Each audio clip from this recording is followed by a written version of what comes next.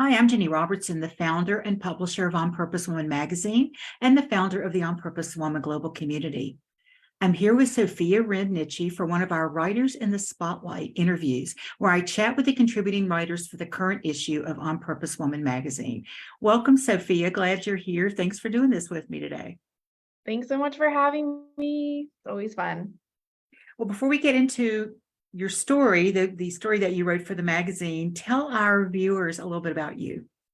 So my name is Sophia. I go by Sofia Wren, and I'm a writer, writing coach, and editor. And I like to work with people who are writing for their book or their business, or they have a message that they really feel like the world needs to hear. And this article was kind of that for me, because I've been writing pro bono for a nonprofit to try to help them get funding.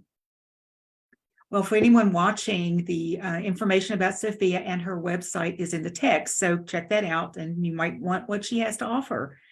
But you weren't writing about your business, or you weren't writing really about your area of expertise in this magazine issue like you usually do. You wrote about how you ended up on the board of a Sierra Leone nonprofit called Her Future Foundation. And you start out by saying that you ended up on this board because of an assignment from a coach you were working with. So can you tell us a little bit about that?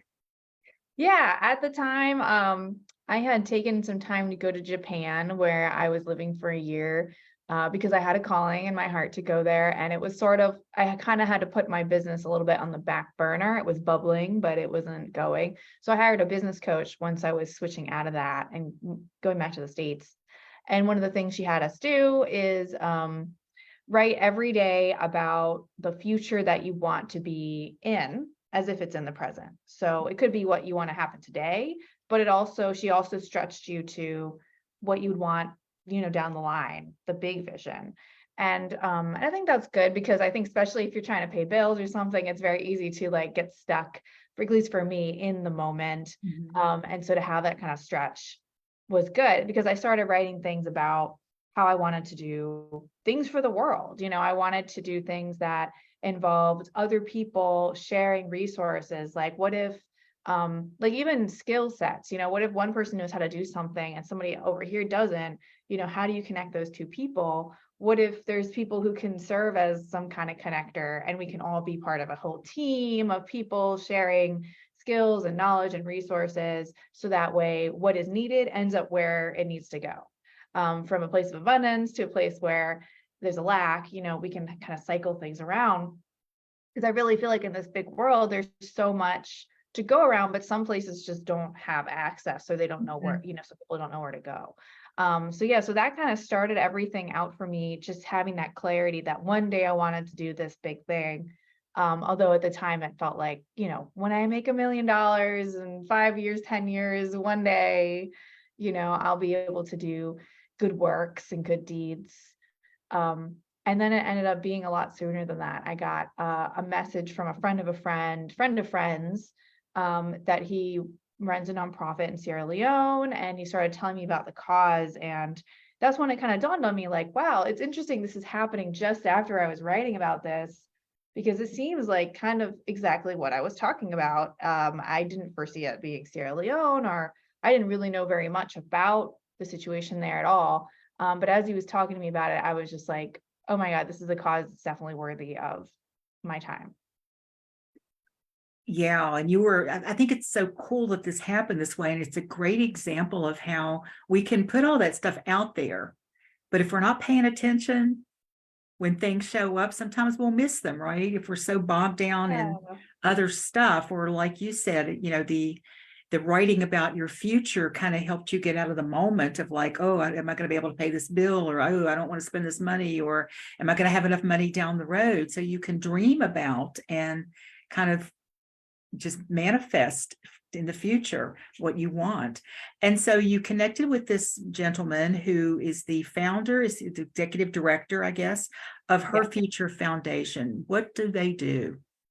Yeah. So when he originally founded it, so he's a native from Africa, like to the region of Sierra Leone. And in his community, there was talk about an orphan girl who was, I believe, 9 years old, and because she didn't have anywhere to live and no one to feed her, the solution to her problems was to marry her to an older man. And in that area, kind of the prerequisite to getting married is to go through FGM, which is female genital mutilation. So they have like a whole kind of ceremony for that. And Arifa had found out about this. This is the guy that I work with. He had found out about this and he just thought, she deserves better. What, she's a little girl. She should be in school. She should learn how to read. She shouldn't, like, no, like, I don't want this future for her. And so he actually spoke to the people in the community and convinced them that this was not a good idea, that they should step in and cancel the engagement and cancel the ceremony and build a little school so that she could be the very first student. And this is in an area where girls often don't receive an education. Having a child marriage like that is not abnormal, especially for someone who's an orphan.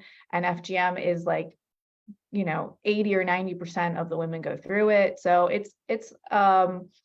there's some bigger things that they're trying to address that are part of the culture, but most of it is really stemming from poverty, because most of it's really stemming from, lack of food, lack of water, lack of resources, where the only thing that a girl can do is basically have the transactional relationship with a man who can provide those things. And unfortunately, it's very sexual, even if she's younger. So I don't want to see this in the world. I don't want to see this happening, and they don't either. And so they really go into these communities. They find out, what can we do to help the girls, giving them education. Sometimes they need money for fees. Sometimes they need medical support and care.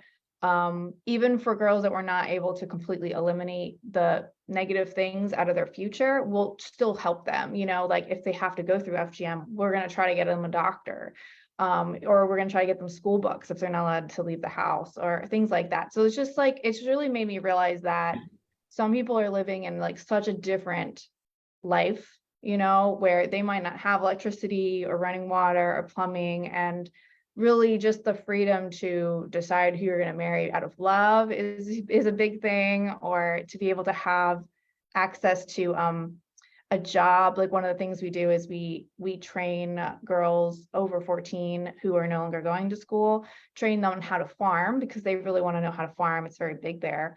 And that gives them the ability to own land, to own assets, and to produce food for themselves. And then now they're empowered, and now they can make more choices in their own life, and they're not dependent on somebody.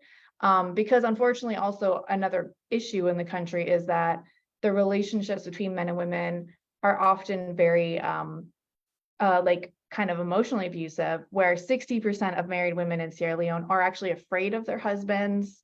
And many, and I found all these statistics recently, and like over 50%, even if they know their husband is cheating on them and might have an STD, they can't ask him to use a condom or even say that they don't want to sleep with him, because that's the level to which like they are really not in control at all. And That's probably why so many women in African countries get AIDS, right? Yeah, For right, that exact exactly. reason, yeah. They can't, it's like that there's not this ability to be able to decide that, it's really, even if the man knows that he has this, it's like they don't have the ability to say what they want to do with their body. And so it's really sad. And I think the only way out is providing other means for women, so that way they can make choices, they can have more control over what they want to do. And it's super important. So that's why it's become such a passion of mine, because and what I've realized too is that, sometimes it can be a little bit discouraging when you look at these world problems, because you can think, oh, well, it's such a big problem, how am I going to make a dent in it? But I've really realized, especially working with youth, it's such a fertile ground. They're so open to change, and many of them really do want change. And even if you're able to improve their life a little bit, it makes a huge difference. You know what I mean? Like when you're in your later teens, you can be a little bit better in handling something that's difficult and a struggle than you are in your early teens. So if we can try to like help the girls in the early teens to postpone marriage or postpone childbirth, or to get education about contraceptives or whatever they need to learn about, then that's going to make their whole life easier. And it could even save their life in some cases. So it really does make a difference, even if it's only a little bit. That Mhm. nudge can make such a big difference in someone's life. So that's what I really realized, is to kind of overcome a lot of my own pessimism or discouragement, or like, I don't know, the apathy that comes from facing a big problem, that like, no, it's still worth it to try. It's still worth it to try, Yeah. because such a worthy cause. And even if you only help a little bit, it's going to make someone's life so much better. And you didn't need $1 million to do it. Yeah, You have to right. live. And Yeah. it yes, and especially I feel like it really has been a kind of a mindset shift, because I am a first world person, and I've always been the first world, and I've always been able to flip a switch and a light comes on, or and or if it doesn't, then that's like very, very weird, And so to understand that even with all the things I wish would be even better in my own life, because I'm always going to be trying to get a better life. There's so much that I do have. There's so much I have when I lay my head on my pillow at night. Just the fact that I have that safety, shelter, food, electricity, plumbing, that alone. Oh my gosh, so many people in the world don't. And it's Right. not to make us feel bad about any of that, but just to actually, it sounds trite, but to actually be grateful for that. And it's kind of helped me with my own anxieties that I have in my day-to-day life, because it's like, okay, yes, there's so many things I want to do and so many things I want to achieve one day. But what I have actually right now is so precious that some people spend their whole lives trying to get this. And Exactly. You would be and wealthy that beyond their imagination if they came and yeah. spent a day in your apartment, right? Yeah, and so that's what it taught me, and then I have made donations to the organization, of a couple $100 or something like that, or $50 or whatever I had at the time, even $10 or $5. I mean, it's still something of value. It doesn't have to be $1 million. And I never thought it was, because I've always been thinking about things like climate change and other stuff, where I get all the mailings about like all of the trillions of dollars we need to save the wildlife and stuff like that, which is still a worthy cause. But to know that like for $100 I can help a girl go to school or something like that really it breaks it down into something that like everyday people can do something about. And I think that's really empowering. What I most love about the way you talk about this organization is, we can sit here in our nice little places and condemn the practices. We can say, why don't they know better? Why don't they do better? Or there people may go there and try to force, a culture change on them. But when it's coming from within, from a man, I think that probably has an even greater impact, don't you?